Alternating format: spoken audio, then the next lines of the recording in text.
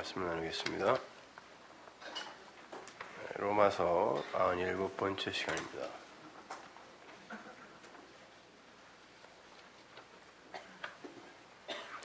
로마서 8장 35절에서 39절까지 함께 봉독합니다. 누가 우리를 그리스도의 사랑에서 끊으리요? 환난이나 공고나 핍박이나 기근이나 적신이나 위험이나 칼이랴.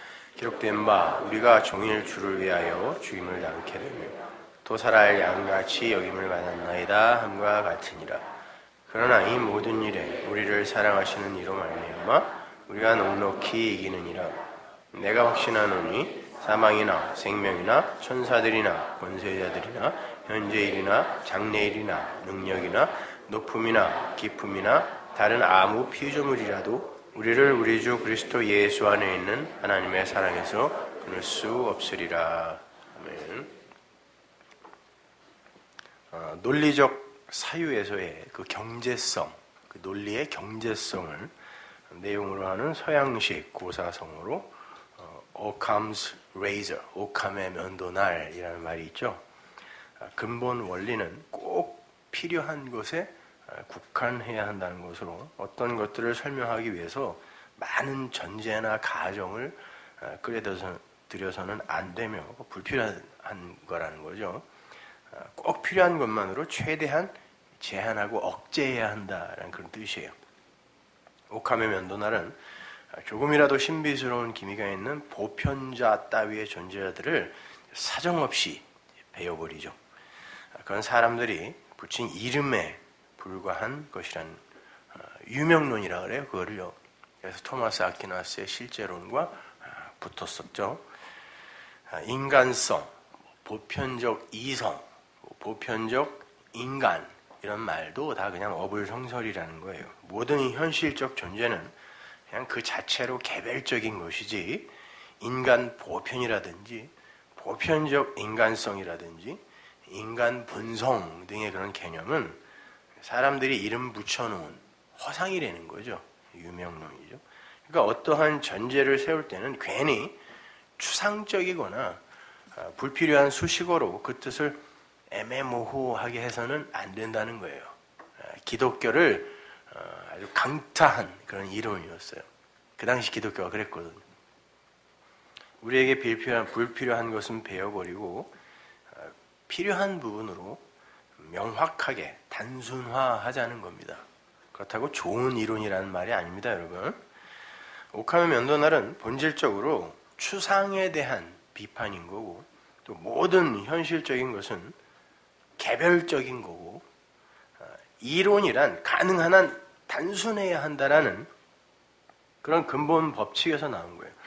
추상된 모든 인식은 하나의 개별자에 대한 그런 직접적 파악 있죠. 이 개별자에 대한 직접적 그런 파악을 바탕으로 하지 않으면 안 된다는 거예요. 따라서 논리적이지 못한 건 과감하게 다 잘라버려야 한다라고 그는 주장을 했어요. 그러니까 논리라는 건 신이 인간에게 준 선물이니만큼 그 사유의 면도날을 잘 사용을 해서 뜬구름 잡는 소리처럼 생각되는 것이 있거든 가차없이 베어버려야 한다라고 응변을 했습니다. 오캄의 그러한 철학이 근대 경험주의의 토대가 되고 코페르니쿠스나 갈릴레이의 혁명을 끌어내기도 했고요. 또 근대 물리학 발전에 기여한 면이 없지 않지만 기독교 신앙에는 아주 나쁜 악영향을 끼치게 되었어요. 소위 자유주의 신학이라는 것이 그 오캄 철학에 큰 영향을 받은 신학입니다. 우리의 이성으로 이해되어지고 논리로 설명되어질 수 있는 것만이 진실이며 진리인 것이므로 성경을 너무 신비적인 것, 그러니까 영적인 것으로 그렇게 생각하지 말고 우리의 도덕관과 윤리관 안에서 그냥 잘 이해하고 행하면 된다는 식의 신학이죠. 따라서 성경에 나오는 신비한 사건이나 기적 등은 그냥 교훈적 내용으로 뭘 이야기하려고 하는 거구나 라고 이렇게 그냥 교훈적 내용으로 이해를 하면 되는 거고, 그러니까 뭐 동정녀 마리아에서 탄생한 거, 뭐 죽었다가 부활한 거, 이건 다 개풀 뜯어먹는 소리라는 거예요.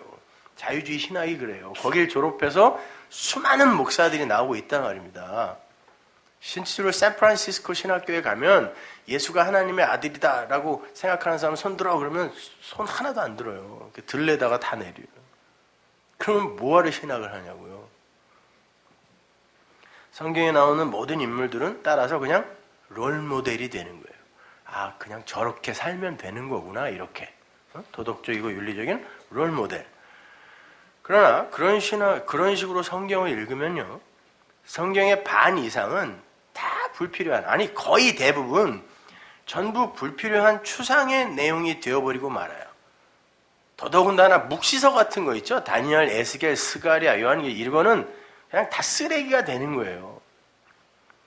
하나님은 진리를 성경 안에 감추어 놓으셨어요. 인간 보편이 그 보편적 이성으로 모두 함께 이해하고 동의할 수 있게 진리를 주지 않았습니다. 그래서 만약 인간들이 자신들의 사유의 면도날로 성경을 난도질하기 시작하면 감추어진 진리는 전부 절단이 되고 인간 욕망의 육화라고 할 수 있는 도덕과 윤리만 달랑 남게 됩니다. 그건 인간의 에피투미아라는 두 마음을 글로 표현해 놓은 거예요. 그게 육화된 것이 도덕과 윤리입니다. 우리가 지난 시간에 공부했던 것처럼 성도라는 존재들은 죽었다가 다나토스, 다시 살아난 에게이로 한 존재들이라고 그랬습니다. 그래서 우리를 새로운 피조물이라 한다고 그랬습니다. 그들 안에는 육으로 죽으시고 영으로 에게이로 살아나신 그리스도가 말씀으로 살아계세요. 그래서 그들에게는 새로운 눈과 새로운 귀와 새로운 코, 새로운 걸 호흡하는 코, 새로운 걸 말하는 입, 합쳐서 머리, 새 머리가 붙은 거란 말입니다. 그걸 성도라 그래요. 옛 머리가 날아가고 새로운 머리가 붙어버리는 거예요. 진리를 듣고 진리를 보며 진리를 말하고 진리를 호흡으로 가져요. 그의 생명으로 갖는단 말입니다. 그래서 그들은 인간이 갇혀있는 그 세상 논리 밖의 것을 보고 세상 논리 밖의 것을 들으며 세상 논리 밖의 것을 말할 수 있게 되는 거예요. 그래서 세상은 못 알아들어요. 그걸 한마디로 믿음이라고 합니다. 그럼에도 성경에 나오는 모든 개념들을 논리로, 이성으로 파악하고 이해하고 행하려 하는 이들은 바로 그 성경에 의해 멸망하게 되는 거예요. 오늘 본문은 바로 그것에 대한 경고입니다. 사도는 우리를 그리스도의 사랑에서 끊어낼 수 없는 것들의 목록을 장황하게 나열을 합니다. 그것은 거꾸로 성도 이외의 사람들을 그리스도의 사랑에서 끊어낼 수 있는 게 바로 오늘 본문의 그것들이다라는 말이겠죠. 오늘 본문에 그 목록들이 두 묶음으로 나뉘어 나오는데 그 첫 번째 목록들이 이러합니다. 환난, 공고, 핍박, 기근, 적신, 위험, 칼. 두 번째 묶음은 제가 다음 주에 설명해 드릴게요. 여러 가지 다른 단어들로 표현이 되어 있지만 이 모든 것들은 전부 율법을 가리키거나 율법에서 파생되는 현상들인 거예요. 환난, 뜰립시스가 뭐라 했습니까? 환난. 내가 교회 가는 걸 시어머니가 막 핍박하는 거? 그런 거예요, 환난이?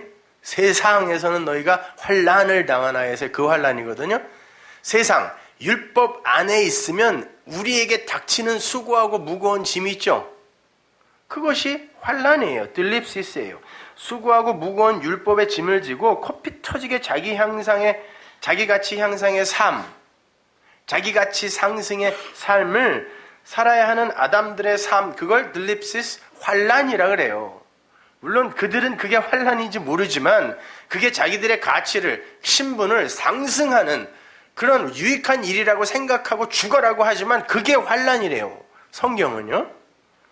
곤고, 스테노코리아는 좁은 문으로 들어가라 해서 좁은 문, 그게 스테노코리아예요. 곤고. 근데 그 좁은 문 제가 설명해 드릴 때 그 좁은 문은 왜 좁아진 거라 그랬어요?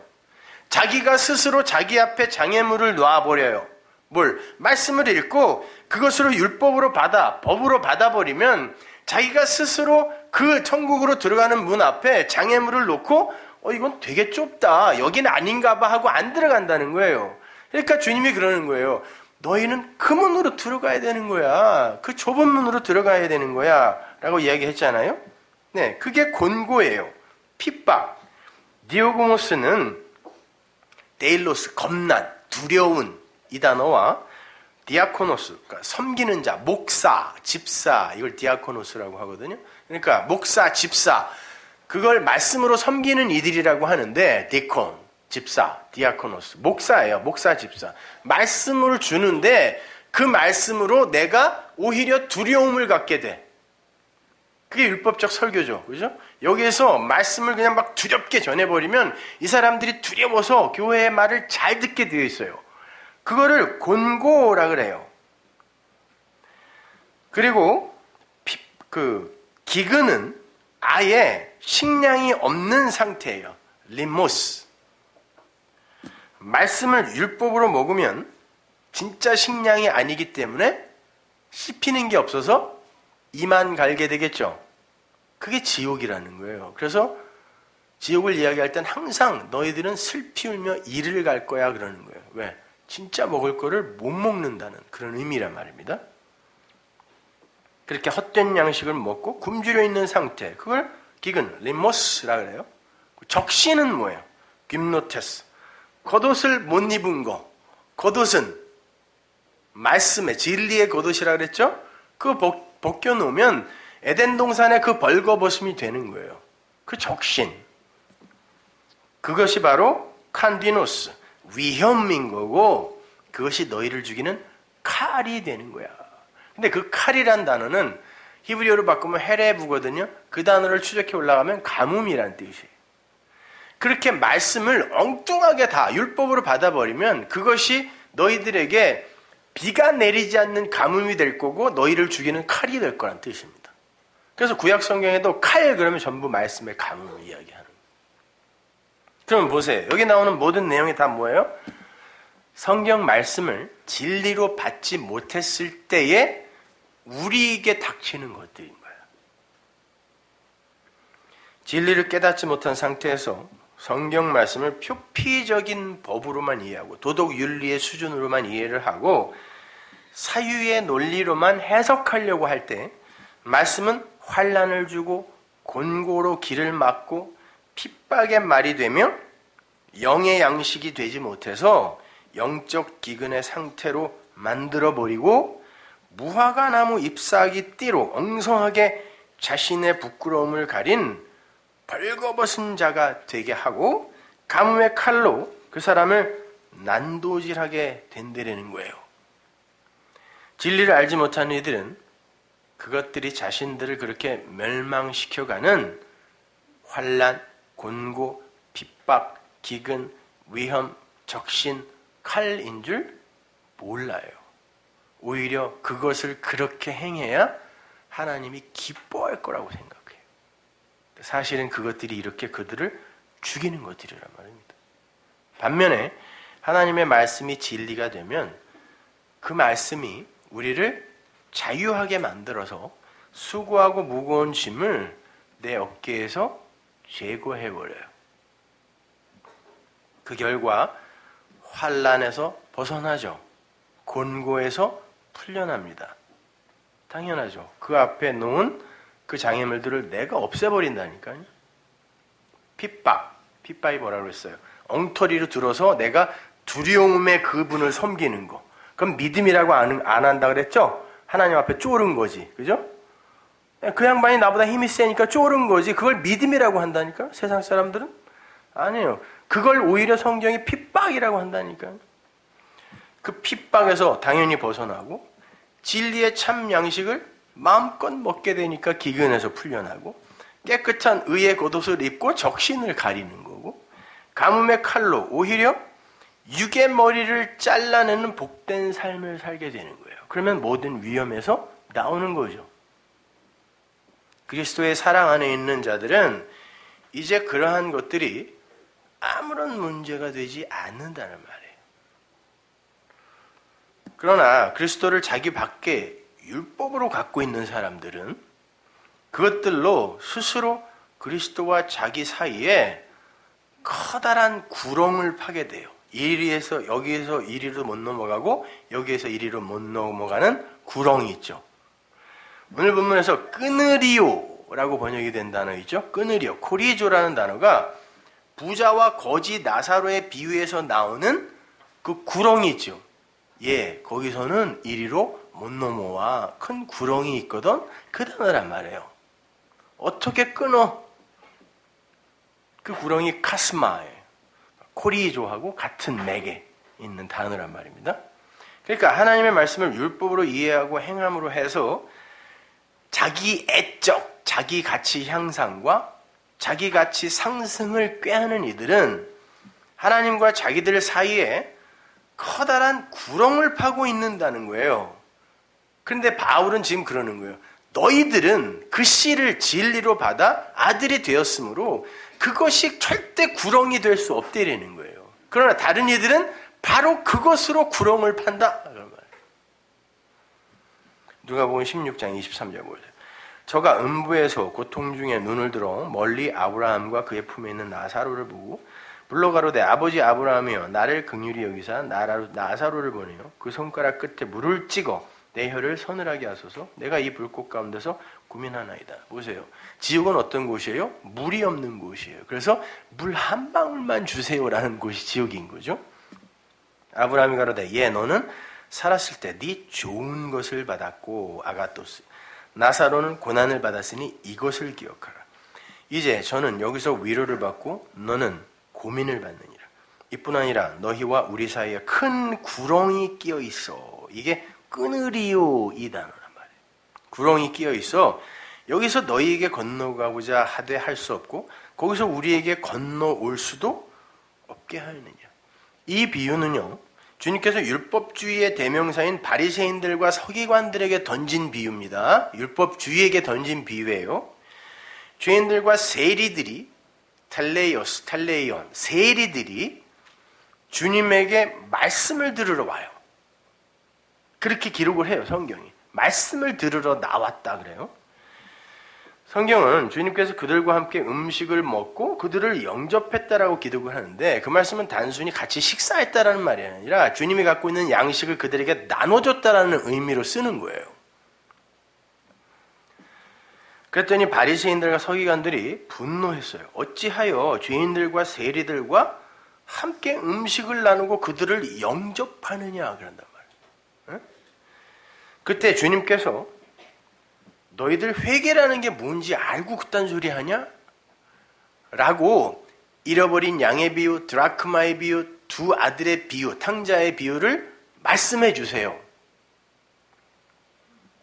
그리고는 바로 거기에 붙여서 불의한 청지기의 비유를 말씀하시죠. 이런 불의한 청지기의 비유의 핵심 내용이 뭐예요? 불의의 재물로 친구를 사귀라 해요. 남의 돈으로 다른 사람들에게 선심 써갖고 친해지라는 얘기입니까? 그 성경이 그런 걸 이야기하겠어요? 불의의 재물은 하나님께서 하늘의 그 보물, 그걸 설명해 주기 위해 땅의 모형으로 허락해 주신 아래의 것들을 총칭하는 개념이에요. 그래서 불의의 재물이에요. 그게 의는 아니거든요. 그리고 내 것도 아니죠.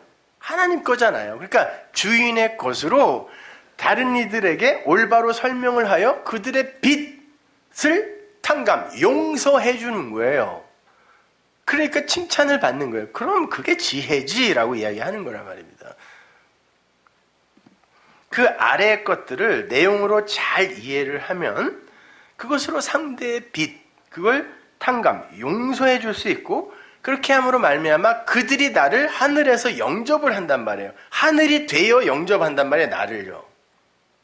천국에서 하나님 제가 나한테요 그렇게 잘해줬답니다 라고 말해줘서 하나님이 아이고 그랬어 이쁜 놈 이게 아니라 하늘이 되어 하늘에서 그들이 나를 영접한다니까요. 그렇지요.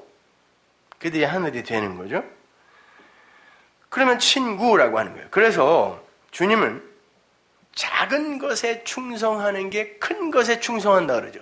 작은 것은 창세기 넷째 날에 작은 광명, 큰 광명의 그 단어예요. 하카돌, 하카탄.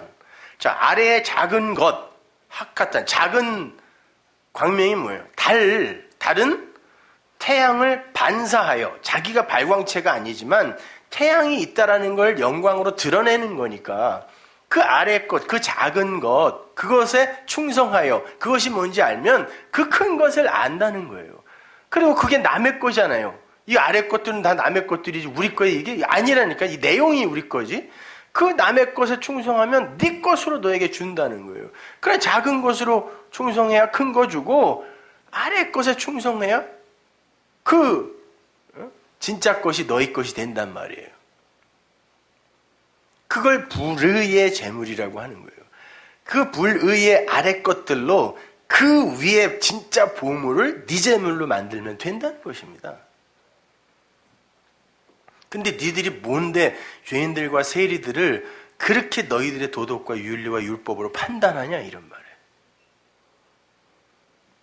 회개도 그런 게 아니고 구원도 그런 거 아니야. 주님이 그렇게 말씀하시는 거죠. 그런데 바리새인들과 서기관들은 하나님의 말씀을 율법으로만 이해를 해서 그러한 하나님의 말씀을 자신들의 가치 향상과 신분 상승의 도구로 사용하고 있더라는 거예요. 주님은 그러한 자들을 뭐라고 불러요? 부자라고 한다니까요.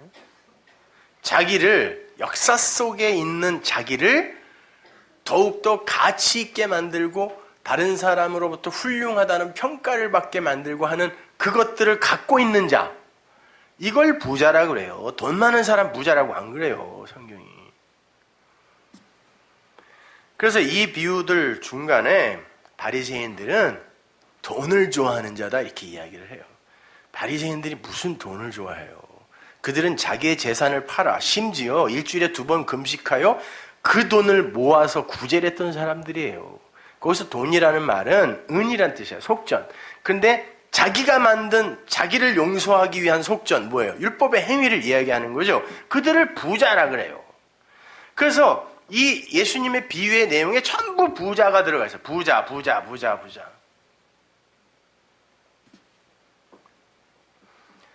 그러한 부자들은 이 세상에서 자기들이 선이라고 생각하는 자기들의 선이 있죠. 그래서 너희의 아가도스 그래요. 너는 세상에서 너희의 좋은 것을 받았잖아. 이렇게 이야기한다니까요. 그걸 부자라 그래요.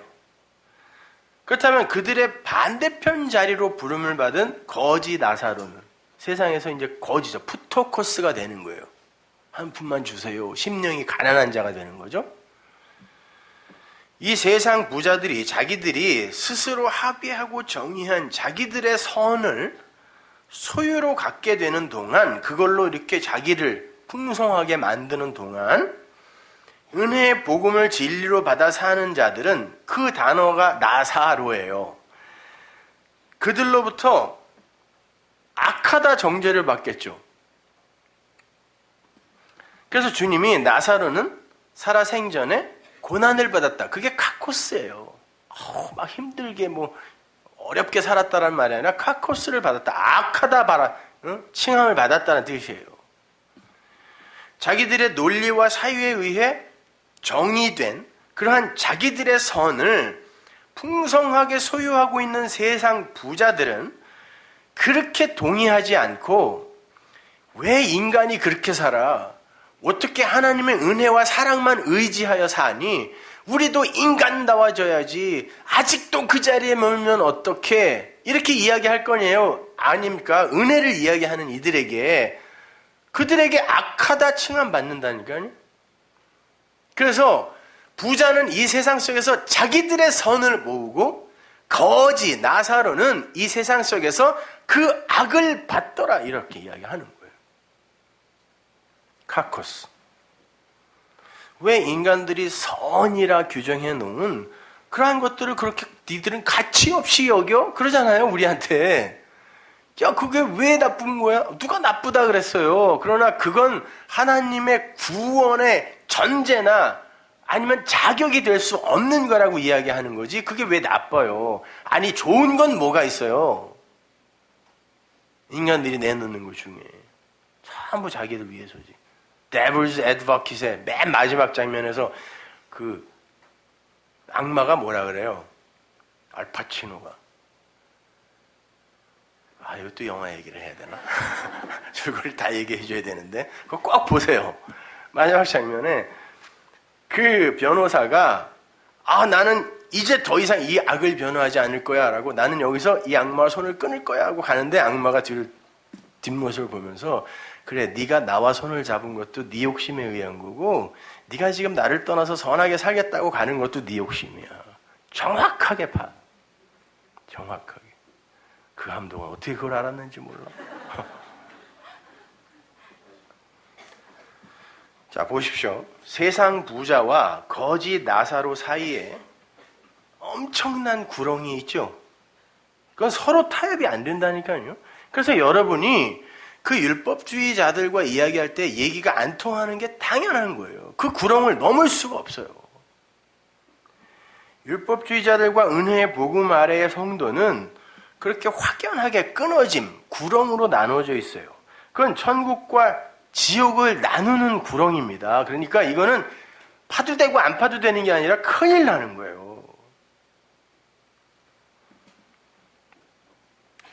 그걸 오늘 본문이 끊어짐이라고 번역하는 거죠. 자, 그때 부자가 뭐라 그럽니까? 죽은 나사로를 살려서 자기의 형제들에게 보내어 진리를 말해주세요. 이렇게 부탁을 합니다. 재미있는 건 그 부자의 형제가 몇이라 그래요? 5이라 그래요. 모세 오경 이야기하는, 구약을 이야기하는 거예요. 그 5, 그런데 어떤 5이냐면 모세와 선지자들에게 안 듣는 5. 모세와 선지자는 하나님의 진리를 내용으로 담아주고 있는데 그걸 안 들어. 그리고 5으로 남아있으면 율법입니다. 그걸 세상이라 그래요. 그들에게 죽었다가 살아난 자를 보내라고 그래요. 누구? 예수를 그려주고 있는 거예요. 모세와 선지자를 진리로 못 알아듣는, 그러나 구역을 갖고 있는 5은 그것으로 그 십자가, 그 은혜, 그 사랑을 못 알아먹으면 죽었다가 살아난 예수가 무용지물이란 뜻이에요. 아무리 예수가 죽었다가 살아나서 그들 앞에 가서 내가 너희를 위해 십자가를 지고 죽었단다라고 직접 나타나서 얘기를 해도 그 사람들과 구원과는 무관하다는 거예요. 그러니까 아무한테나 가서 무조건 선교 간다고 떠나가지고 예수님이 당신들을 위해서 십자가를 지고 죽으셨대요. 당신들의 죄는 다 용서됐답니다. 근데 뭐 그게 무슨 상관이 있냐고요. 근데 그 말 한마디 하고 와서 선교하고 왔다 그래요, 다들. 그래놓고 뿌듯해가지고 말이지.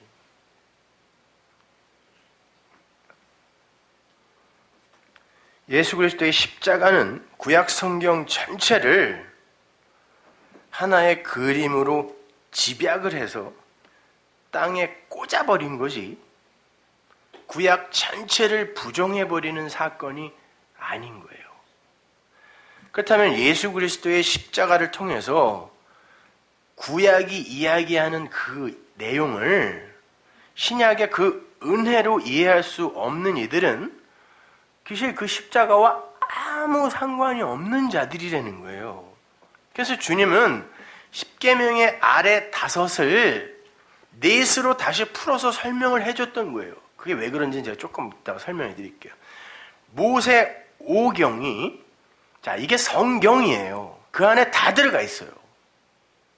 모세 오경이 4복음서가 되는 거예요. 그러니까 창세기 빼고 출애굽기, 레위기, 민수기, 신명기가 신약의 4복음하고 정확히 일치를 하는데 그 내용은, 이 4는 창세기 이 앞에 이 내용, 이 언약을 설명하고 있는 거란 말이에요. 그래서 5이에요. 그래서 5은 반드시 4으로 설명이 되어져야 되는 거예요. 그래서 신약에 4복음서가 등장하는 거예요. 구약은 모세 오경이 있지만, 그래서 신약에는 전부 4예요. 4. 그죠? 성경은요, 구약과 신약, 즉 하나님의 언약이 기록되어 있는 책이죠. 그래서 구약, 신약, 옛 언약, 새 언약 그러는 거 아닙니까? 그러면 성경은 언약이에요. 맞습니까? 그 언약이라는 단어가 샤바, 사바라는 단어인데 그 언약, 사바라는 단어가 7이란 뜻이에요. 더 정확히 말하면 7번 말하다, 언약하다, 실컷 먹이다 라고 써놓고 7이라고 쓴단 말이에요. 그러니까 히브리 사람들의 개념에 있어서, 성경에 있어서 7이라는 건 아라비아 숫자 7, 7이 아니라 실컷 먹여 언약을 성취하는 거예요. 그걸 7이라 그래요. 그게 성경이란 말이에요. 그래서 성경의 첫 번째 책의 1장에 7의 말이 나오는 거예요. 이게 성경이다 라고 이야기하는 겁니다. 그래서 제가 그 7을 설교할 때마다 자꾸 예화로 들어서 여러분에게 조금씩 설명해 드리는 거예요. 그게 성경 전체의 이야기거든. 그러니까 7이에요. 성경은 7이에요. 7. 그래서 나중에 요한계시록도 7인, 7 나팔, 7 대접, 하여튼 전부 7으로 끝나는 거예요. 7으로 시작해서 7으로 끝납니다. 그런데 역사 속에서 그 7이 어디에서 성취가 되죠? 7말이, 창세기 7말이. 창세기 7말은 7의 안식으로 완성이 되죠? 근데 그 7말이 역사 속에서 완성이 된, 성취가 된 적이 있었어요. 어디? 창세기에는 동산 중앙에 한 나무가 섰고 그 나무를 중심으로 7말이 던져졌는데 골고다에 한 나무가 쓰더니 그 위에서 어떤 이가 7말을 하고 죽었는데 마지막 말이 다 이루었다. 성취. 내가 완성했다는 거. 뭐를? 베레시트의 7을, 처음에 그 7을 내가 나중이 되어 완성했다는 거예요. 내가 알파와 오메가, 이것도 제가 다음 주에 설명해 드릴 텐데, 그러니까 그분이 처음이고 그분이 마지막이라니까요. 성경은 전부 그 예수 그리스도에 관해서 기록되어 있는 거란 말입니다.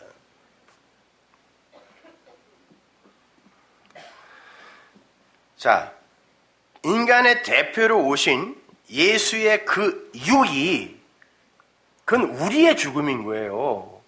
그 육이 언약의 기둥, 스타우로스가 언약의 기둥이라고 그랬어요. 그건 7의 기둥이라는 뜻이죠. 그래서 아브라함이 진리를 알게 될 때도 부엘 쉐바 그러는 거예요. 7의 우물, 7개의 우물이 아니라 무슨 우물을 왜 7개나 파요? 하나만 파면 되지. 그러니까 쉐바, 7이란 말이에요. 7. 그 언약의 기둥에서 그 인간의 대표인 그 예수가 육으로 죽으면 다 이룬 거고, 그걸 완성이라 그래요. 그걸 창세기로 돌아와서 보면 그걸 뭐라 그래요? 안식이라 그래요. 그럼 진짜 안식은 뭐예요? 여러분의 육이 언약에, 말씀에, 진리에 기대어 죽는 거예요. 그걸 안식이라 그래요. 그래야 내가 할 일이 없어진다니까요.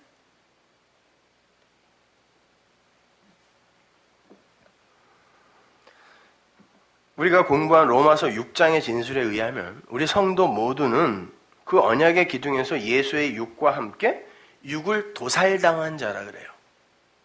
오늘 본문에서도 우리를 가리켜 도살할 양이라 그러죠.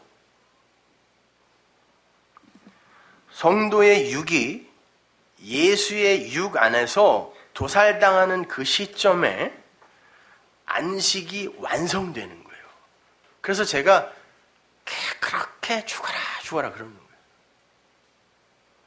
그러니까 창세기 1장에 7 언약은 십자가를 설명하는 그림이었던 거예요. 그러니까 모세와 선지자에게 못 들으면 그 십자가는 너와 아무 상관없다는 거예요.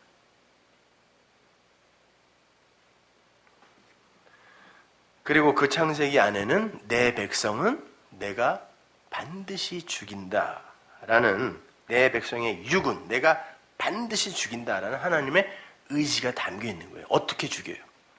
네가 이걸 먹으면 무트, 타무트, 정령 죽으리라. 어떻게? 진리로 죽으리라. 이런 말이란 말이에요. 그럼 선악과가 뭐야? 율법, 계명이죠. 그럼 말씀이네요. 말씀을 너희에게 주어 이걸 먹여 죽이겠다는 것입니다. 그걸 복음이라 그러잖아요. 그러니까 복음은 창세기 때 아담이 실수한 걸 예수님이 신약 때 와서 회복하는 게 아니에요. 처음부터 하나님의 작정 속에 다 들어있던 거란 말입니다. 그래야 하나님이지 실수한 걸 회복하고 뉘우치고 반성하고 이게 무슨 하나님이냐고요. 생각을 해보시라니까요. 그런 하나님을 어떻게 믿을 거예요? 그런데 십자가와 예수라는 그 제물이 의미하는 바가 뭐였습니까? 우리의 육을 제물 삼아 하나님께 나아가는 시도를 멈추고 하나님의 선물인 그 하나님 자신, 즉 그 하나님의 생명을 영으로 거저받아 선물받아 하나님의 아들로 살아나라가 십자가와 그 예수라는 제물이 의미하는 바였잖아요. 그럼 창세기 1장도 그 얘기를 하고 있는 거네요. 그래서 창세기에 보면 그 제물의 이야기가 나와요.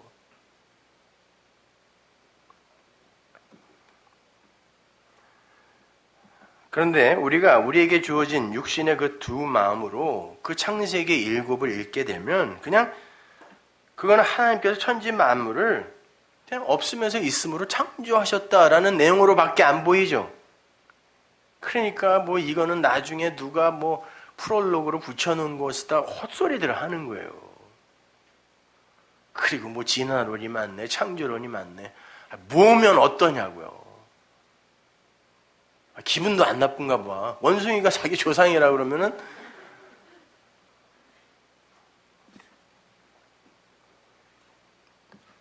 그건 당연한 거예요. 어떻게 우리가 하나님의 조명 없이 그 창세기의 그 기사 안에서 예수 그리스도를 읽어냅니까? 어떻게 거기에서 살인하지 마를 읽어냅니까? 어떻게 거기서 간음하지 마를 읽어내냐고요. 창세기 1장에서. 그게 베레시트 전부거든요. 그게. 하나님은 그 7의 언약을 우리에게 설명해 주시기 위해서 야곱의 12 아들을 하나로 만들어서 애굽으로 보내죠. 우리에게 이제 계시의 점진성이라고 그러죠. 점점 확실한 그림으로 보여주시는 거예요. 아들을 하나로 묶어서 애굽으로 넣으세요. 그리고는 그들을 뭐라고 부르냐면 얘들이 70이야 이렇게 불러요.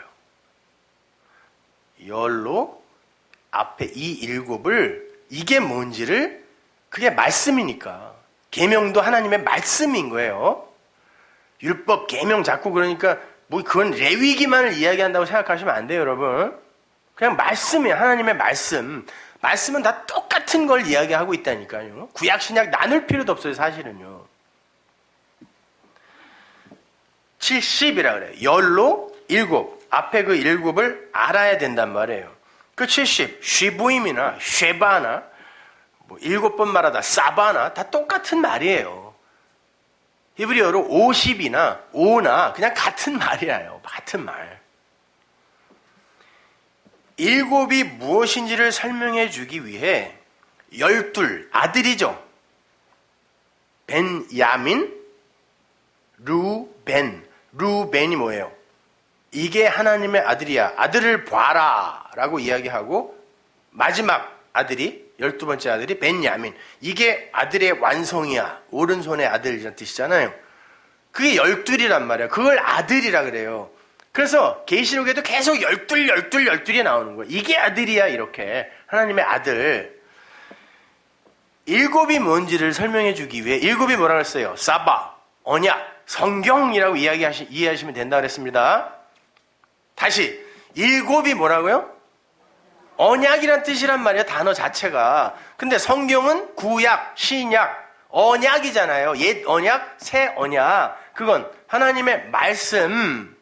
그걸 7이라고 한단 말이에요. 그 7을 설명해 주기 위해 열이 필요해요. 열이라는 건 하나님께서 우리에게 그 7을 설명해 주기 위해서 많은 계명들로 이제 설명을 해주기 위해 주는데 그걸 10계명이라고 하는데 10계명이라는 단어 자체가 그 계명을 다 합쳐서 10으로 설명해 줄게. 그러니까 그 계명의 10이란 뜻이에요. 그럼 열이라는 건 그 말씀을 그 7이라는 말씀을 우리에게 설명해 주기 위해 준 열이라는 거예요. 그걸로 그 열로 7을 알아버리면 그들을 70이라고 한단 말이에요. 그들을 말씀이라고 한단 말이에요. 창세기 46장 27절 보세요. 야곱의 집사람으로 애굽에 이른 자의 도합이 70명이었더라. 다른 곳에는 73이라 그러죠. 근데 굳이 여기서 70이라고 쓴 건 하나님께서 지금 아브라함부터 시작해서 그 믿음이 뭔지를 믿음의 조상으로 그를 택하여 설명하고 있단 말이에요. 그래서 70이라고 그냥 이름을 붙이는 거란 말입니다. 왜 여기선 70이고 거기선 73이야? 잘못 셌나? 마누라를 같이 안 세서 그런가? 미안해요. 옛날에 나도 그렇게 설명한 적이 있어요. 네. 그럴 수도 있어요. 맞는 거니까. 그 아내들을 안 세면 70이에요. 세면은 73이고. 그러니까 이게 원리예요. 이것이. 7을 언약, 말씀을 설명해 주기 위해 12 아들들을 택하여 그 아들들에게 열을 주어 그걸 7로 알게 되면 그들을 70이라고 부른단 말입니다. 근데 애굽에는 그 열이 뭘로만 있어요? 애굽에는 10가지 표적, 재앙, 표로만 주어진단 말이에요. 그러니까 그걸로는 도저히 못 알아먹는 거예요. 근데 이 시대는 왜 이렇게 기적을 좋아하냐고. 그건 애굽 거래니까요. 그럼 당연히 못 알아먹어야죠. 그럼 다시 또 설명해야 돼. 그럼 거기서 데리고 나와야 돼요, 또. 근데 뭘로 데리고 나와요, 또? 12로 데리고 나와요. 12지파로. 데리고 나와서 시내산에서 진짜 이제 글로 써서 당신이 문자로 말을 열로 준다니까요. 계명의 10을 열로 줘요. 그리고는 그러니까 모형이에요, 전부. 그 열로 준 다음에 그걸로 깨달은 자들을 상징적으로 70장로로 부른단 말입니다. 70으로 부르는 거예요. 그랬더니 거기에서 그들이 하나님을 보았다라고 이렇게 이야기하는 거예요. 보길 뭘 봐요? 하나님을 어떻게 보냐고. 영인 그분을. 그런 식으로 우리에게 지금 설명을 하는 거란 말입니다. 그 70. 장로라는 말 자체가 여기에 있는 집사 장로가 아니라 어린아이, 젖밖에 못 먹는 어린아이의 반대말이란 말이에요. 그것이요. 그 하나님의 말씀을 이제 딱딱한 식물로 먹을 수 있는 그 자들을 그냥 장로라 그래요. 그러니까 다 장로 되세요. 몇 천만 원씩 내고 하는 그거 말고 그건 왜 하려 그러냐고 도대체. 나는 시켜줘도 안 하겠구만 그걸. 세상에 나가서 아무도 안 알아주니까 여기 와서 잘난 척들 하려고 그 뭐 장로는.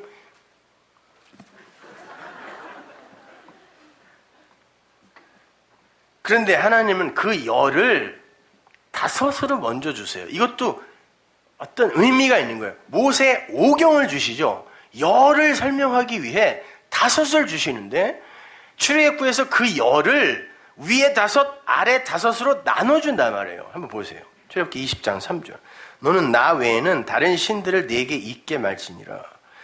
너를 위하여 새긴 우상을 만들지 말고 또 위로 하늘에 있는 것이나 아래로 땅에 있는 것이나 땅 아래 물속에 있는 것에 아무 형상이든지 만들지 말며 그것들에게 절하지 말며 그것들을 섬기지 말라. 나 여호와 너희 하나님은 질투하는 하나님인즉 나를 미워하는 자의 죄를 갚되 아비로부터 아들에게로 3, 4대까지 이르게 하거니와. 아비로부터 아들에게 3, 4대까지 이른다는 건 너희들을 내가 4대 만에 3이 뭔지를 가르쳐서 4대 만에 데리고 나올 거야. 넷으로 데리고 나올 거야 라고 약속하셨잖아요. 근데 그게 안 되면 3, 4가 저주받는 거예요. 3, 4대만 저주한다는 뜻이 아니라 나를 시험하고 내 계명을 지키는 자, 마음으로 갖는 자에게는 천내 은혜를 베풀이라. 완성의 의미란 말이에요. 풍성, 충만의 숫자니까. 그죠? 너는 너의 하나님 여호와의 이름을 망령되이 일컫지 말라. 이름은 말씀이죠. 망령되이 일컫는 거는. 너는 그걸 율법으로 얘기하면 그게 내 말, 내 이름을 망령되이 일컫는 거야. 나 여호와는 나의 이름을 망령되이 일컫는 자를 죄 없다 하지 아니하리라. 그게 죄라는 거예요. 안식일을 기억하여 거룩히 지켜라. 엿새 동안은 힘써 내 모든 일을 행할 것이나 제7일은 너의 하나님 여호와의 안식일인즉 7이 안식이다. 너나 네 아들이나 네 딸이나 네 남종이나 네 여종이나 네 육축이나 네 문 안에 유하는 객이라도 아무 일도 하지 말아라. 안식이 되면 니들이 하는 일을 멈출 거야 라는 말이에요. 이는 엿새 동안에 나 여호와가 하늘과 땅과 바다와 그 가운데 모든 것을 만들고 제7일에 쉬었습니다. 근데 6일 동안에는 이들이 뭐 도운 거 있어요? 없죠? 그럼 7일에도 일하지 마. 앞에 6일 동안에도 하나님이 다 일했어. 니들이 할 건 아무것도 없어. 이런 말이에요. 구원에 있어서.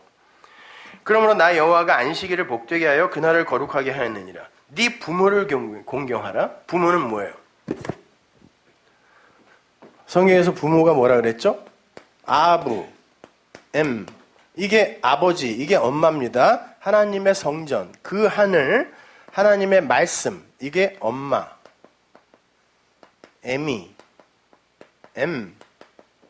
아버지,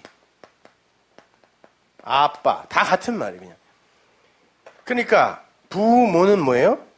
하나님의 성전인 그 진리의 말씀을, 그게 여러분을 낳는 거니까. 그게 생명을 주는 거죠. 그러면 그게 뭐예요? 그게 부모예요. 그럼 부모를 공경하라는, 그것이 너희를 낳는, 그 말씀이 너희를 낳는 부모가 되게 하라, 이런 말이에요. 그게 부모로 공경하라요. 그런데 이걸 부모로 공경하지 않고 하나님께 계속 뭘 드려, 이걸 뭐라 그래요? 고르반. 그건 안 된다 그러잖아요. 이게 너희를 낳는 부모가 돼야 되는데 너희들은 그걸 드리고, 그리고 그 부모를 공경해야 하는 마땅한 그 일은 하지 않는구나 그러잖아요. 뭘 읽어봤어야 알지.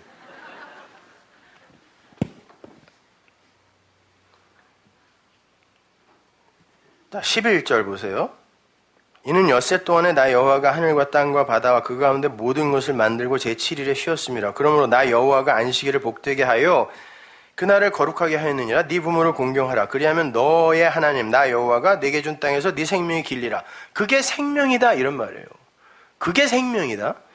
살인하지 말라, 간음하지 말라, 도둑질하지 말라, 네 이웃에 대하여 거짓 증거하지 말지니라. 네 이웃의 집을 탐내지 말지니라. 끝.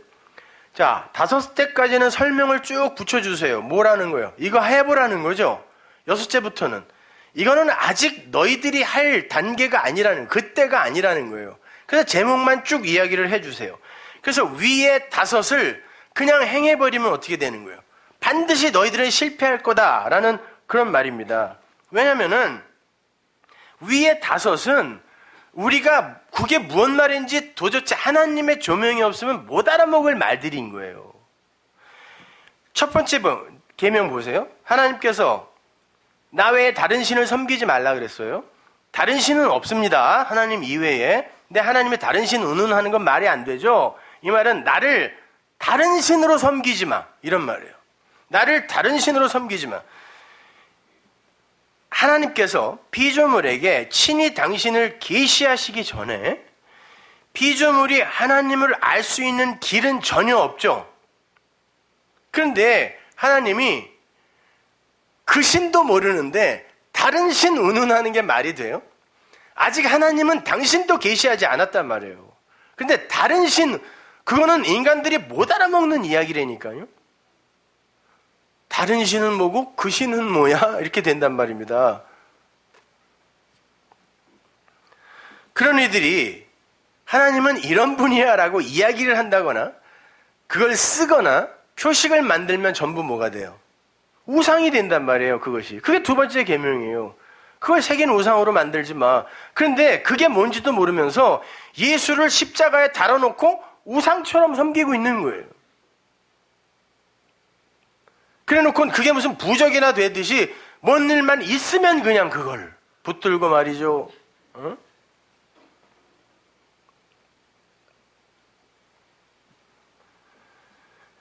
세 번째가 하나님의 이름, 말씀을 망령되이 일컫지 말라요. 근데 그 하나님의 말씀이 뭔지 아직 이들이 몰라요. 본 거는 애굽의 10가지 표적밖에 없다니까요. 네 번째가 안식일을 지켜라. 안식은 뭐라 그랬습니까? 7이에요. 열로 7을 깨달으면 그게 안식일이에요. 근데 안식입니다, 그것이. 근데 그게 뭔지를 모르니까 안식일만 지켜요. 지금까지 지켜요. 난리 난다니까, 그거 안식일, 토요일 날 그거 예배 안 드리면은. 그리고 또 그 사람들이 하는 사업은 또 다 잘 돼. 다섯 번째가 네 부모를 공경하라. 아부, 이 말씀을 너를 낳는 그 부모로 갖고 있지 못하면 너는 그냥 드리기만 할 거고 율법으로 행하기만 할 거고 그게 바로 고르반이고 그게 저주야.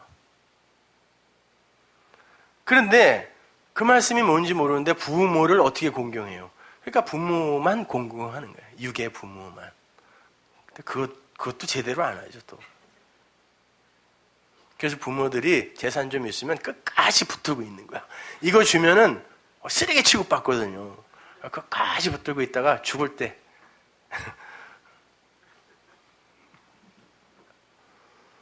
아무튼 이렇게 위에 다섯은 우리가 도저히 알 수도 없고 행할 수도 없는 그런 거예요. 물론 신약 시대를 살고 있고 그 말씀을 진리로 이해하고 있는 우리는 이미 그 앞에 다섯을 행하고 있는 자들인 거예요. 우리는 이제 그게 뭔지 알죠. 그죠? 그래서 하나님은 진리이신 주님을 세상에 보내서 뒤에 다섯을 이제 해석해 주세요. 그거는 구약 시대를 살아봐서 알지만 니들이 할 수 있는 거 아니지. 그게 니들이 나를 어떻게 섬기냐. 그리고 내 이름을 어떻게 망령되지 않게 일컬을 수가 있겠어. 니들이 못하는 거야 그거는. 그러면 니들이 인식할 수 있는 수준에서 이 역사 속에서 그 위의 것을 행할 수 있는 방법을 줄게. 그게 아래의 다섯이라는 거예요. 그 뒤에 다섯을 잘 이해하고 행하면 앞에 다섯이 자연스럽게 성취되는 거라는 그런 말이에요. 우리 산상수훈에서 배웠잖아요. 뒤에 다섯이 그거니까. 그게 바로 그 하나님을 사랑하는 거잖아요. 그래서 네 이웃을 사랑하면 네 하나님을 목숨 걸어 사랑하는 거야. 이렇게 두 가지가 다 성취되는 거라 그랬잖아요. 그런데 주님께서 뒤에 다섯을 넷으로 설명해 줘요. 다섯은 즉 넷이다라는 거예요. 왜 넷일까요? 그래서 창세기가 중요한 거예요. 이 십계명의 이야기를 창세기의 이야기와 연결시키고 있는 거예요. 어차피 열은 일곱을 깨닫게 해주기 위해 준 거잖아요. 그러니까 반드시 그 일곱과 이 뒤에 이 열은 연결해서 여러분이 생각하셔야 돼요. 창세기 일곱 언약 중에 그 마지막 일곱, 그건 완성이니까, 안식이니까 그걸 제하고 앞에 셋은 우리가 할 수 없는 하나님의 언약을 가리키는 거죠. 뒤에 셋은 우리가 이 땅에서 할 거를 이야기하는 거란 말이에요. 그래서 1, 4, 2, 5, 3, 6 이렇게 연결이 되어 있는 거라 그랬잖아요. 작은 광명, 그러니까 빛과 어두움, 그 궁창 위의 물과 궁창 아래의 물, 그리고 열매로 일을 하는 열매 맺는 그 나무로 씨 맺는 풀싹을 내겠다고 하는, 그건 생명나무죠. 그러니까 선악과로 생명나무를 만들 거야. 그건 전부 하나님께서 행하실 새 창조의 언약을 기록해 놓은 거잖아요. 이 어둠이라는 걸 내가 너희들에게 줄 건데 그게 뭔지를 깨달아 알으면 이게 그거예요 라고 알았을 때 그것을 빛이라고 한다 그랬잖아요. 오르.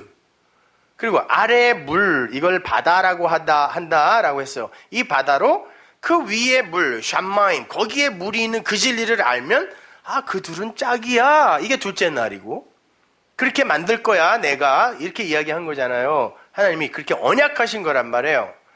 첫째 날, 둘째 날, 셋째 날은 하나님의 언약이 들어가 있는 거라 그랬잖아요. 그 셋째 날은 그래, 그 아래의 바다에 내가 뭘 둘 거냐면 그 열매로 일을 하는 그 열매 나무, 그걸로 씨를 맺는 풀싹. 풀싹은 씨가 없다라는 뜻인데 씨를 맺는 풀싹, 이건 불가능인데 내가 그걸 만들어낼 거야. 약속이잖아요. 그죠? 그래, 이거를 어떻게 만들 건지 알아? 라고 이 땅에서 너희들이 행할 일을 넷째 날, 다섯째 날, 여섯째 날에 넣어놨단 말이에요. 그리고는 일곱째 날, 그게 되면 그게 안식이야로 4로 설명해 줬단 말이에요. 그렇죠? 그러니까 그 아래에서 우리가 행해야 될 십계명의 아래의 5을 이 창세기의 넷과 연결을 시키는 거예요. 그래서 그 5은 바로 이 넷이다. 이걸로 이해하면 되는 거야. 라고 설명해 준 거예요. 그래서 산상수훈에서 예수님이 그 5을 바로 그걸 넷으로 설명해 준 거예요. 그러니까 작은 광명으로 넷째 날이죠. 그 큰 광명, 학가돌, 마오르, 그거가 뭔지를 깨달아 알면 그게 바로 어둠을 빛으로 보게 되는 에하드, 첫째 날이라고 되어 있는데 그 통일이야. 그걸 하나라고 그래. 이게 첫째 날이잖아요. 그게 되는 거고, 또 우글거리는 그 네페시 하이들과 이 5째 날입니다. 아래에 뭐 생물 그랬는데 네페시 하이예요. 그러니까 진리를 모르는 우리 이야기 한번 생각하시면 돼요. 그것들을 만들어 놓고 궁창의 새, 이제 알죠? 뭔지. 성전. 그 성전을 만들고 바다에 큰 물고기, 뭐라 그랬어요? 예, 그 하나님을 그걸로 못 알으면 그건 바로 아래의 용이다 그랬잖아요. 큰 뱀이다 그거. 그거를 아래의 물에 주겠다는 거예요. 있게 만들겠다. 5째 날. 근데 그걸로 위의 물을 알게 되면 그렇지 그게 짝이지 이런 말이에요. 그게 둘째 날이야. 쉐니. 아래의 물로 위의 것을 알면 돼. 근데 아래에다가 뭘 둘 거냐면 땅 위에 그 궁창의 새, 성전 두고 그 물고기, 꼬리로 움직이는 그런 것들 두고 움직이는 생물, 네페시 하이, 아직 생명 없는 그들을 두어 그걸 깨달아 알게 만들겠다는 거예요. 그걸 깨달아 알면 어떻게 돼요? 씨를 가진 풀싹이 되는 거죠. 그게 6째 날 아닙니까? 자칼과 네케바, 씨를 가진 그 여자가 되어서 그걸 사람이라고 그래. 완성이야. 그러면 안식이야 하잖아요. 그게 3째 날이고 6째 날 아닙니까? 그렇죠? 그러니까 요거를 주님이 산 위에 올라가서 그건 뭐 산이 호로스니까 성전입니다. 그 성전에 가셔서 살인하지 마를 넷째 날과 연결시켜서, 그리고 이건 첫째 날과 연결이 되는 거죠. 그리고 간음하지 마를 5째 날과 연결시켜서, 그리고 거짓 증거하지 마를 6째 날과 연결시키고 그걸 다 이루면 그게 사랑이란다를 안식과 연결이 시키는 거예요.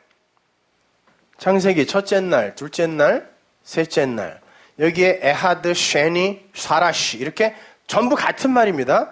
하나, 통일, 짝, 샤라시, 완성, 이거를 내가 만들 거야 라고 하고, 넷째 날, 5째 날, 6째 날 요거를 요렇게 이제 연결을 시킨단 말이에요. 여기에는 이제 언약이 들어가 있단 말이에요. 언약.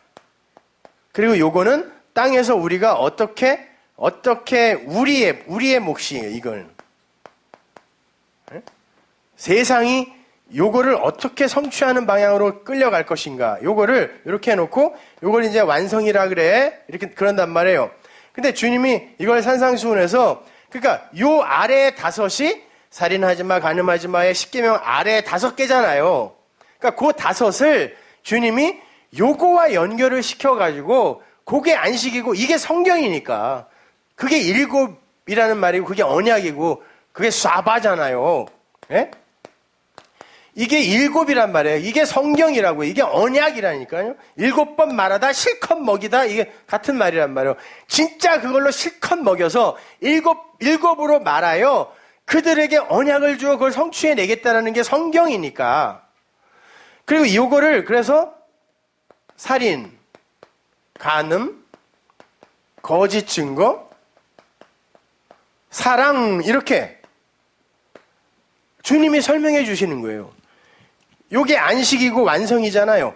그래서 에스카톨로스 코드란테스, 그렇게 되면 너희들 온전한 거야 라고 이야기했잖아요. 그래서 주님은 죽으실 때 7번째 말을 뭐라 그랬어요? 다 이루었다. 온전, 안식, 사랑 같은 말이란 말입니다. 그리고 보세요. 그 어두움을 빛으로 보지 못하고 그냥 어두움으로 갖고 있으면 그 하나님의 법을 그냥 법으로 받아 계속 희생제사만 지내겠죠. 그러면은 그게 살인이란 말이에요. 도륙하지 마라는 뜻이잖아, 이게. 희생제사 그만 드려란 말이란 말인데, 이게 살인하지 마가. 그러니까 모르면은 이렇게 되는 거예요. 간음이 뭐라 그랬습니까, 여러분? 그 진짜 남편인 그분을 말씀으로 진리로 내가 갖지 못하고 율법의 남편으로 로마서 7장에 그 죽어야 하는 그 남편으로 내가 갖고 있으면 그게 간음이라 그랬잖아요. 그렇죠? 그러니까 아래의 물로 위의 물을 알아야 되는데 그 아래의 물, 그 바다 거기에 그냥 머물러 있어. 그 성전에 머물러 있고 그 아래 네페시 하이의 수준에서 그냥 머물러 있으면서 이게 산 거야 라고 하면 그게 뭡니까?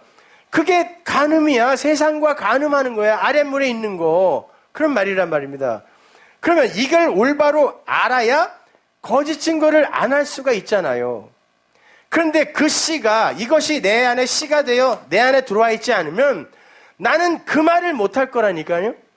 그래서 그 선악과에 머물러 있으면 그냥 열매로 이르라는 그 열매 나무에 머물러 있으면 씨 맺는 풀싹이 되지 못하면 내 안에서 나오는 건 거짓 증거밖에 없어요. 왜? 아래의 것, 그 진리 내용을 말 못하고 그 내용을 감싸고 있는 표피적인 걸 거짓이라고 하니까 참의 반대말이 아니란 말입니다. 그러니까 그러면 거짓 증거하게 되죠? 그럼 이게 뭐예요? 성부, 성자, 성령을 거스리는 거란 말이에요, 이것이요.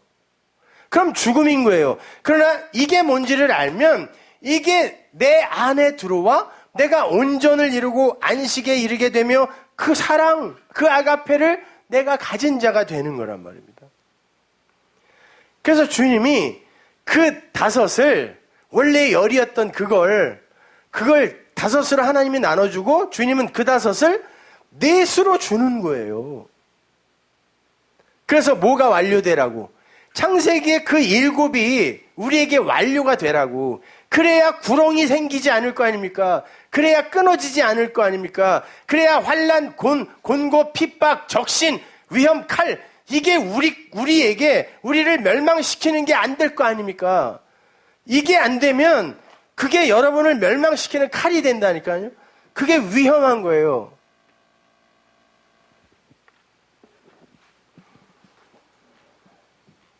자, 열의 휘장이 다섯으로 이렇게 찢어지고 그 아래에 다섯이 주님이 말씀하신 살인, 간음, 거짓 증거, 그 사랑 이렇게 그 넷으로 이해되어지면 그게 구원이에요.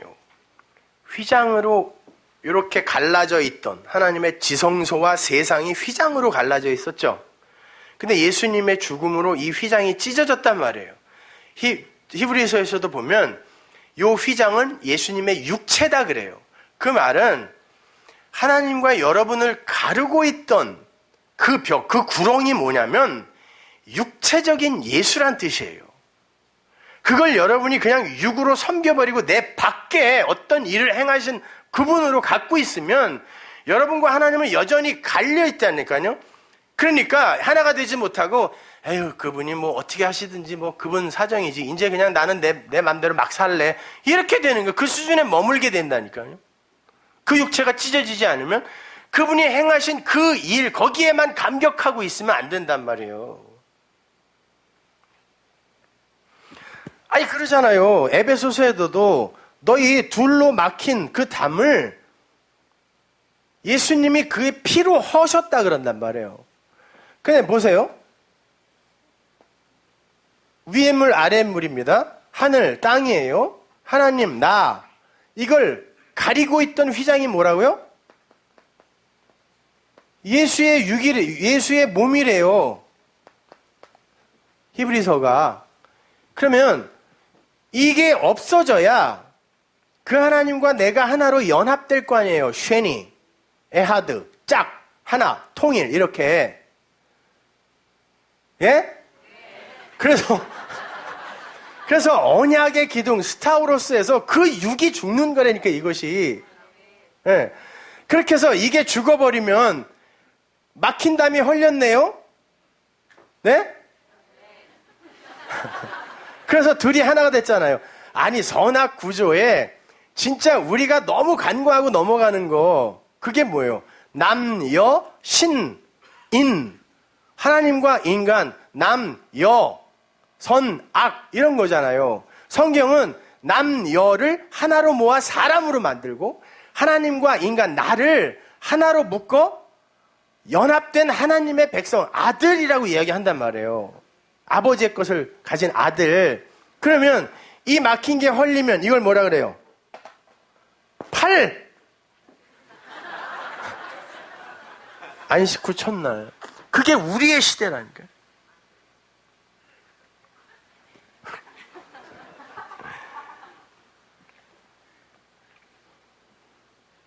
자, 그런데 우리는 그 예수를 여전히 그냥 내 마음의 진리로 갖지 못하고 그냥 내 소원이나 이루어주고 내 문제나 해결해주는 어떤 힘으로 자꾸 여기고 있는 거예요. 그런 기도나 하고 앉아있는 거예요. 히브리서 10장 20절 보세요. 그 길은 우리를 위하여 휘장 가운데로 열어놓으신 새롭고 산 길이요. 휘장은 곧 저희 육체니라. 그 육의 예수가 죽어야 된다니까요. 찢어져야 그래야 내 안에 그것이 내 마음으로 들어온단 말이에요. 이렇게 우리는 열의 계명, 그 말씀으로 아래에 5을 가지고 4으로 완성하여 사랑으로 가지면 되는 거예요. 그 어느 것 하나 악한 것 없고 중요하지 않은 게 없어요. 주님이 주시는 양식으로 주님과 함께 먹고 마심으로 그 참 진리를 깨달아 알면 그 열이 아래의 5 안에서 보이게 되고 그 아래의 5은 그 4으로 완성되어지게 되어 있는 것입니다. 그래서 신약에서도 12이 부름을 받고 이제 그 10도 아니고 5도 아니고 4으로 그들에게 말씀이 주어지고 산상수훈 그들이 70으로 나가는 거예요. 그 사랑을 전하기 위해서. 그 여러분이 바로 그 과정을 그대로 거치게 되어 있는 거란 말입니다. 그래서 주님이 그런 거예요. 용서가 뭡니까? 라고 묻는 제자에게 70으로 그 7을 알아야지. 그런 거예요. 70번씩 7번이 아니라 70이 되어 그 7을 알면 그게 용서지. 그리고 77에 49 저 다니엘서 9장의 이야기와 71회와 연결해 보세요. 그래서 71회라고 하는 거예요. 이 인류의 역사를. 여러분이 그 10으로 그 7을 알면 되는 거예요. 그 말씀을 그 진리를 깨달아 알면 그러면 우리의 인생이 바로 그렇게 하나님이 역사 그 작정 속에 있는 그런 크로노스의 시간이 되는 것입니다.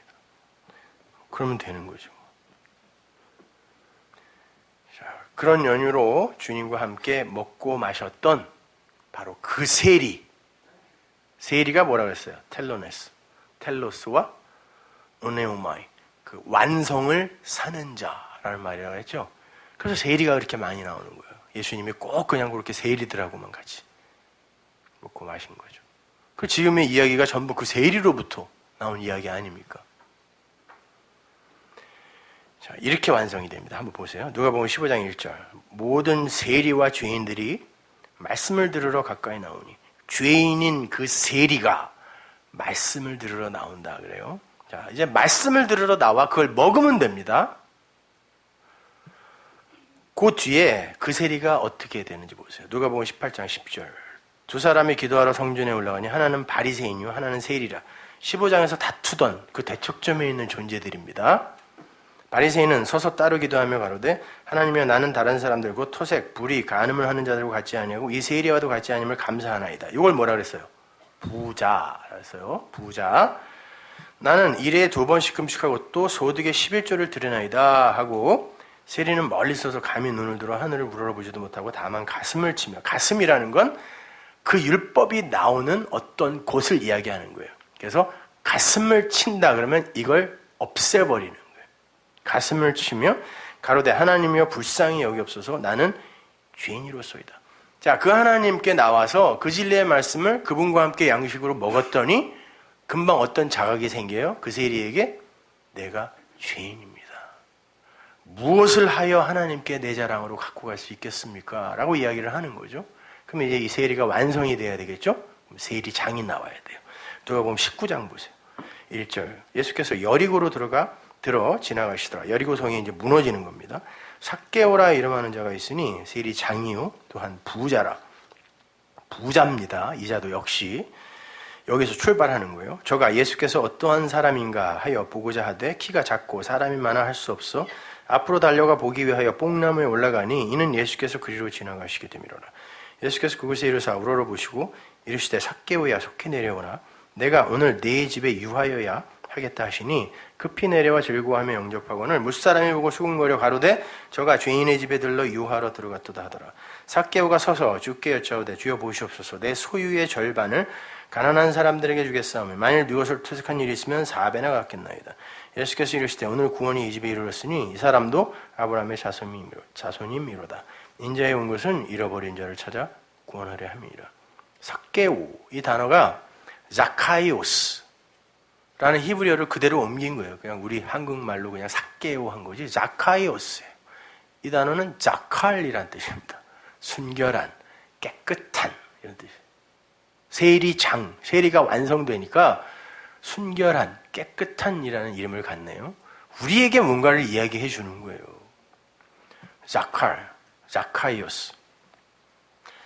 이 자칼이라는 단어가 여러분 남성이 되다 이런 뜻이 있습니다. 상세히 말하다, 기록하다. 그 진리를 상세히 말하여 마음에 기록하면 그가 자칼, 남성이 돼요. 그러니까 이 땅은 여자들이죠, 다. 땅은 여자니까 여성이란 말이에요. 여자가 점점 그 진리를 마음에 새겨 남성, 하나님과 연합이 되는 거예요. 그래서 실제로 여자들도 늙어가면서 남성 호르몬이 많이 나오고 남자들은 여성 호르몬이 많이 나오는 거예요. 그래서 뻑하면 우는 거야, 나이 들면. 그리고 여자는 점점 우악스러워지고 그래서 공국만 끓여도 무서운 거지. 아니, 그게 다 그냥 하나님의 그 진리를 그냥 담고 있는 거예요. 애기들이 태어날 때부터 시작해서 수정될 때부터 전부 진리를 이야기하고 있어요. 난자가 하나가 있고 수많은 정자들이 달려서 와당창 붙잖아요. 그러면 난자가 하나를 자기가 선택하는 거예요. 제일 먼저 달려온 놈이 선택받는 게 아니라 다른 박질하는 자도 아니고 경주하는 자도 아닌 거예요. 원한다고 되는 것도 아니에요. 난자가 선택을 해야 돼요. 어떤 걸? 자기와 가장 성질이 다른 걸 선택해요. 신기하죠? 그래서 근친상간이나 동성동본이 결혼하면은 문제가 자꾸 생기는 게 비슷해서 그런 거죠. 그러니까 제가 죄인 중에 계셔 맞습니다. 그를 그냥 붙들어 오는 거예요. 그리고는 생명을 만들어내는 거라니까요. 그리고는 젖부터 먹여요. 그리고는 기어다니죠. 성경에서 기는 것은 부정하다 그럽니다. 거기서부터 시작하여 사람만 걷는 거예요. 원숭이도 걷는데 그런 말 하지 마세요. 그거 기는 거예요. 직립보행은 사람밖에 없어요. 그래서 나머지는 짐승이라고 하는 거예요. 짐승이 뭐예요? 진리를 못 가진 자. 다 진리라니까요. 세상 만사 모든 것이. 자, 깨끗하고 순결한 어떤 존재가 등장하는데 처음에 그는 부자였어요. 역시 그도 이 아래의 열을 갖고 자기의 그 유익을 챙기는 자였어요. 그게 세리니까. 그런데 그가 주님을 만나는 거예요. 그리고 깨끗해져요. 그랬더니 이의 집으로 주님이 들어가요. 왜? 깨끗하니까. 근데 세상은 그를 향하여 저가 죄인의 집에 들어간다 그래요. 거지 나사로가 받은 카코스, 악인 거죠. 고난인 거예요, 그것이. 근데 주님이 들어가서 앉아 계시는데 그 자칼이 뭐라 그러냐면 그 순결한 자가 제가 제 소유, 그거 가진 게 뭐예요? 그 아래의 열 아닙니까? 그거를 진리로 가졌어요. 그걸 절반을 가난한 자, 부토코스예요, 그것이.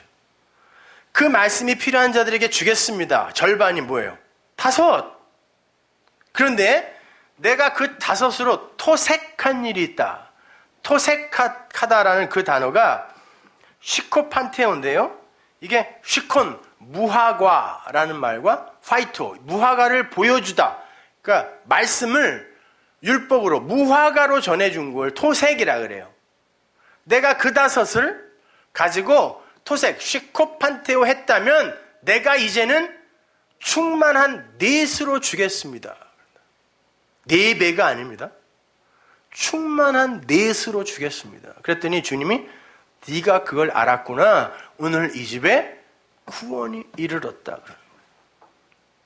그리고는 마지막을 어떻게 이야기하냐면 나는 잃어버린 자를 찾아 제테오, 소조, 구원하러 왔다. 근데 잃어버린 자가 뭐냐면 아폴룸이 완전히 파괴된 자 이렇다. 그 육이 언약의 기둥, 그 십자가 위에서 그 말씀에 의해 완전히 파괴된 그 자를 제테오 찾아와서 그만 구한다 이런 말. 주님이 오신 이유라는 거예요. 그것이 복음입니다. 그런데 어떻게 우리에게 그 말씀이 환난이요, 공고요, 핍박이요, 기근이요, 위험이요, 적신이요, 칼이 되어 우리와 하나님을 그 사랑으로 묶여있는 그 하나님을 갈라 그 사이에 구렁을 내겠느냐 이런 말이에요. 아니라는 것이죠. 오늘 본문이 그런 얘기예요. 끊어지지 않아요. 그러니까 그 진리를 아는 여러분은 절대로 그 하나님과의 사이에 구렁으로 나눠지지 않을 수 있고 흩어지지 않을 수 있어요. 기도하겠습니다.